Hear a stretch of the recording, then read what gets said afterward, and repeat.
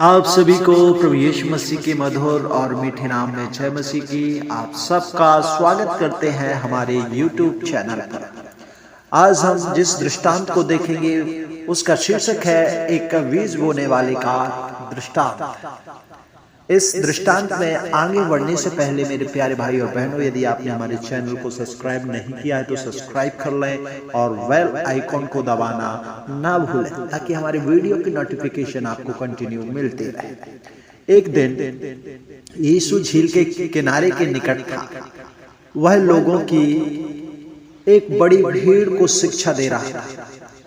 उसे सुनने के लिए इतने सारे लोग आए थे कि यीशु के पास उन सब से बात करने के लिए स्थान ना बचा। इसलिए वह पानी में खड़ा होकर नाव पर चढ़ गया और वहां बैठकर लोगों को शिक्षा दी। यीशु ने उन्हें यह दृष्टांत कहा।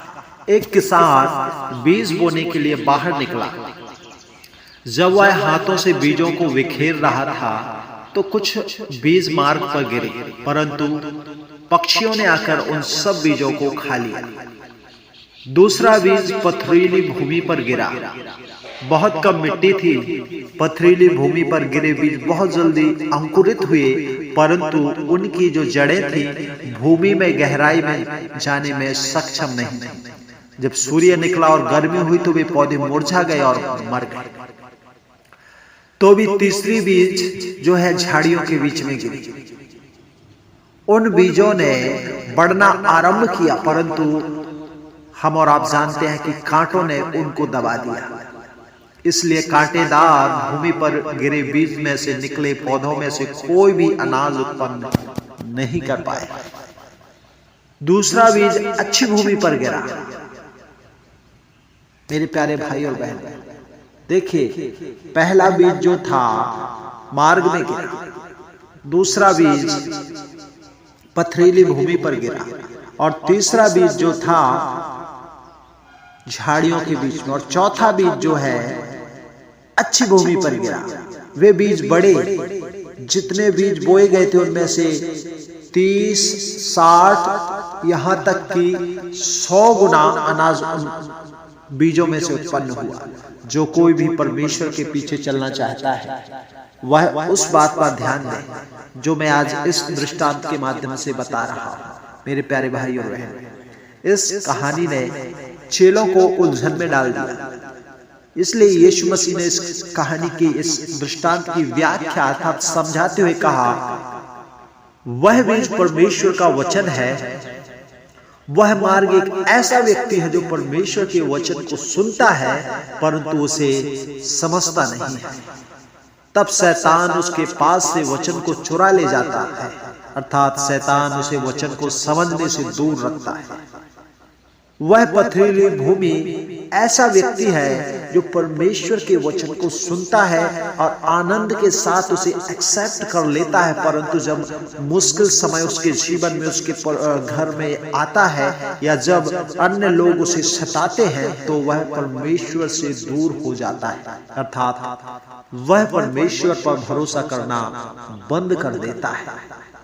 और वह तीसरा बीज कांटेदार भूमि ऐसा व्यक्ति है जो परमेश्वर के वचन को सुनता है, परंतु वह बहुत सारी बातों के बारे में चिंता करना आरंभ कर देता है और वह बहुत सा धन कमाने का प्रयास करता है और वह बहुत सी चीजों को पाने का प्रयास करता है। कुछ समय के बाद अब वह परमेश्वर को प्रेम करने में सक्षम नहीं है। इसलिए जो उसने परमेश्वर के वचन से सीखा था वह उसे परमेश्वर को प्रसन्न करने में सक्षम नहीं करता है।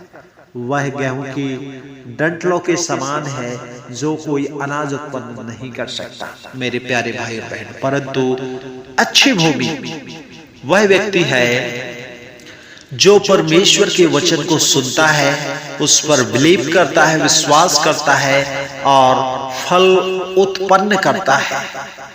और वही बीज, वही जमीन अच्छा जमीन है, अर्थात वो व्यक्ति जो वचन को सुनता है, ग्रहण करता है, मानता है, उसके अनुसार चलता है, उसके जीवन में परमेश्वर का वचन 30 से 60 और 60 से 100 गुना ब्लेसिंग्स को, फल को लाता है।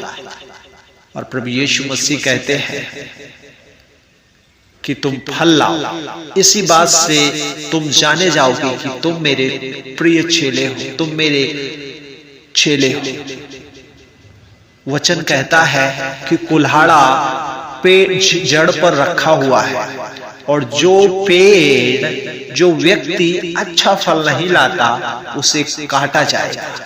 मेरे प्यारे भाइयों, उस समय आने से पहले ही हमें और आपको एक फलवंत जीवन, परमेश्वर का वचन हमारे अंदर फलवंत होना है, ताकि वो वचन जो हमारे अंदर बोया गया है हम दूसरे लोगों के अंदर बोएं और वे लोग भी प्रभु को ग्रहण करने पाए।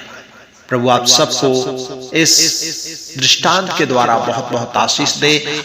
और यदि आप इस दृष्टांत को बाइबल में से पढ़ना चाहते हैं तो मत्ती 13 अध्याय 1 से 8 और 18 से 23 वचन, मरकुस 4 अध्याय 1 वचन से 8 वचन और 13 वचन से 20 वचन में मिलेगा। लूका की किताब 8 अध्याय 4 वचन से लेकर 15 से जो आज की कहानी है, जो आज का दृष्टांत है, लिया गया था।